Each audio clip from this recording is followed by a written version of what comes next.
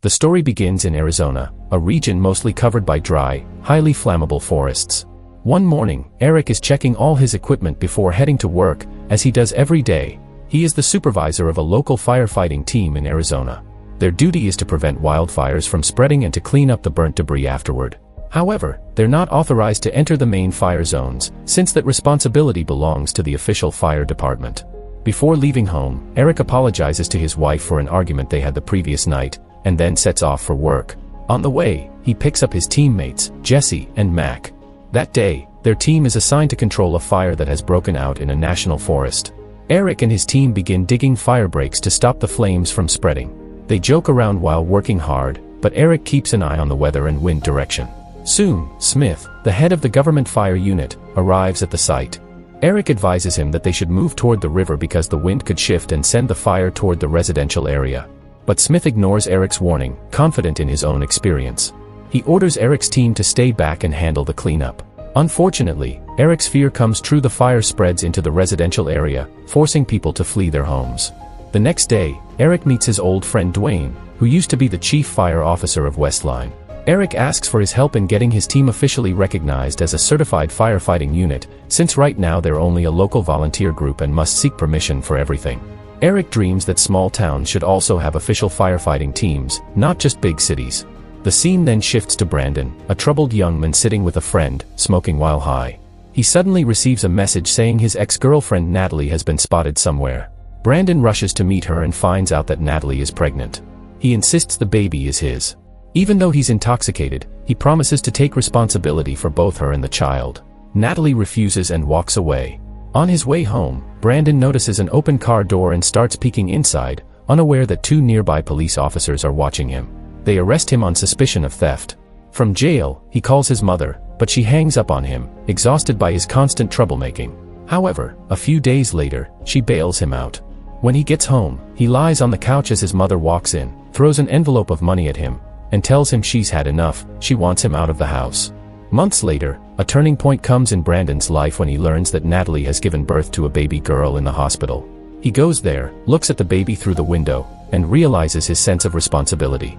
That moment, he decides to change his life, to leave behind his reckless past and become a responsible man. To start over, Brandon applies for training at a firefighting center, which happens to be the same one where Eric works as a supervisor. Inside, Eric is interviewing another candidate when Brandon gathers the courage to walk in and submit his application. There, he runs into Mac, who recognizes him. He knows Brandon as a drunk and a drug addict. Mac tells him the interviews are over and asks him to leave, but Eric steps in and invites Brandon inside. From Brandon's behavior and application form, Eric quickly figures out that he's a former addict out on parole. Brandon honestly admits his past mistakes and says that after the birth of his daughter Michaela, he wants to change. He asks Eric for a chance and promises not to let him down. Hearing this, Eric decides to give Brandon a chance. Eric's team was about to head out for mountain climbing training, but since Brandon didn't have proper shoes, Eric told Mac to lend his pair to him. The team then began their training. Brandon tried to keep up with everyone, but he quickly became exhausted and fell behind. Climbing the steep mountain was hard for him.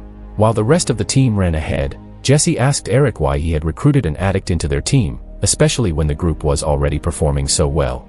Eric didn't respond much, he just kept his thoughts to himself. After reaching the top, the team rested for a while before heading back down. Brandon, however, was still far behind, struggling on his own. Nobody paid attention, and they left him there alone. Time passed, and Eric waited for him at the checkpoint. It was already late afternoon, and there was still no sign of Brandon. Eric began to think that Brandon might have quit and gone home. Just as they were about to leave, Brandon appeared in the distance, staggering, exhausted, yet still running toward the base.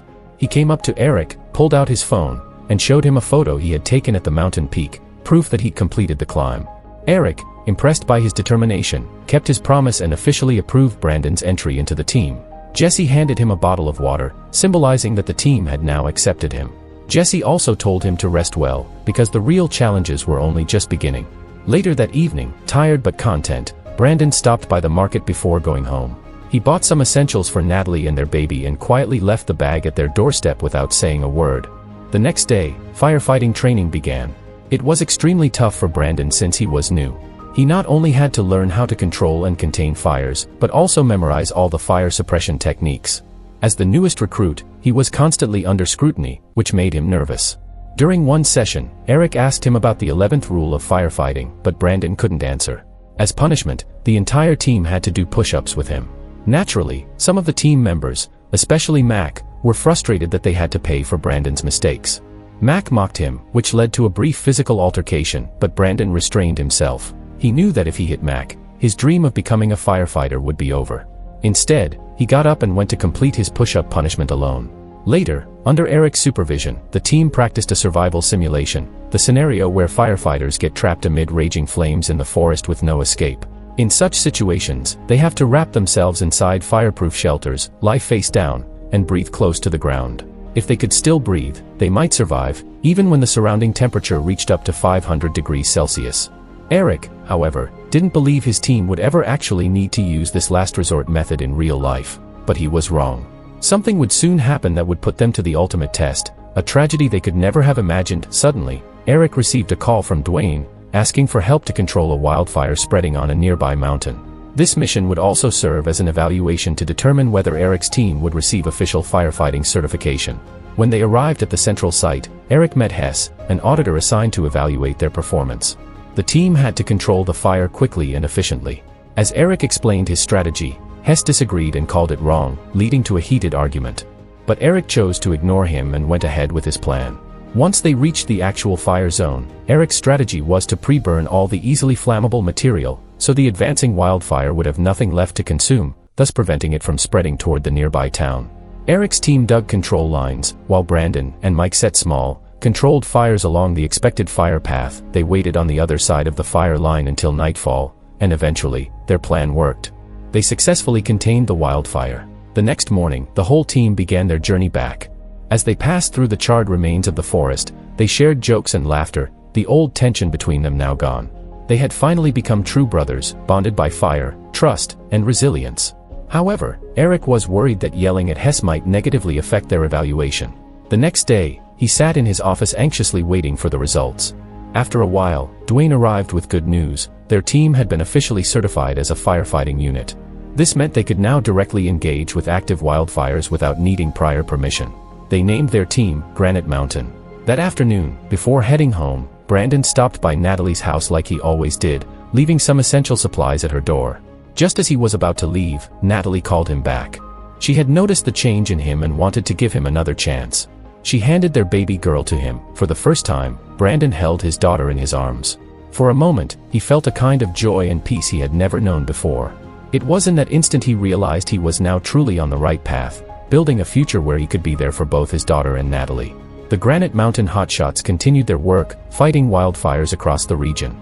Some time later, they received a challenging mission, a massive wildfire caused by lightning near the city of Prescott. As soon as Eric got the call, he quickly led his team to the site. By the time they arrived, fire lines were already being constructed, but the flames were spreading rapidly. Eric noticed heavy clouds forming over the mountains, a bad omen indicating even more intense fire behavior. Acting fast, he ordered his team to ignite a backburn, a controlled fire meant to consume fuel before the main blaze could reach it. The entire team sprang into action. During this time, Eric pulled Brandon aside. He had been wanting to talk to him for a long time. He told Brandon how proud he was of the change he had seen in him. Their conversation was brief but deeply emotional, showing the bond of respect that had grown between them. Afterward, the team lit their backburn as planned. But suddenly, a water-dropping plane mistakenly released its entire load right over their fire line, extinguishing the flames they had just set. Eric felt helpless and frustrated, muttering into his radio, but it was too late. The ground was now soaked, and lighting another fire there was impossible.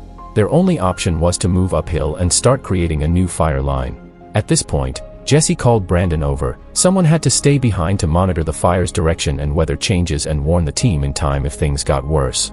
Brandon reluctantly accepted the task, or rather, he was forced into it. He headed off toward another ridge. As he left, Mac said goodbye to him, unaware that it would be their last farewell. Brandon reached the other ridge and began monitoring the fire's movement, giving regular updates to Eric over the radio. Everything seemed under control, until suddenly, the wind shifted direction. The fire turned toward Brandon's position, racing up the hill with terrifying speed. Jesse immediately ordered him to evacuate. Brandon ran as fast as he could, but the flames were advancing too quickly. Soon he was surrounded by thick, suffocating smoke. His escape route was cut off by fire. Meanwhile, Eric led the rest of the team toward a safer zone, trying to maintain communication, but Brandon wasn't responding. Everyone was worried. Fortunately, a rescue vehicle arrived just in time and pulled Brandon out of the danger zone. Once safe, Brandon radioed Eric to confirm that he was alive and unharmed, bringing immense relief to everyone. But that relief was short-lived. During the rescue, Eric received reports that the wildfire was now completely out of control. Even another firefighting crew had lost their fire line. Eric felt helpless as he looked around and decided to retreat toward an open field with his team. Brandon, now safe in a secure area, kept anxiously listening to the radio, hoping the others would return safely.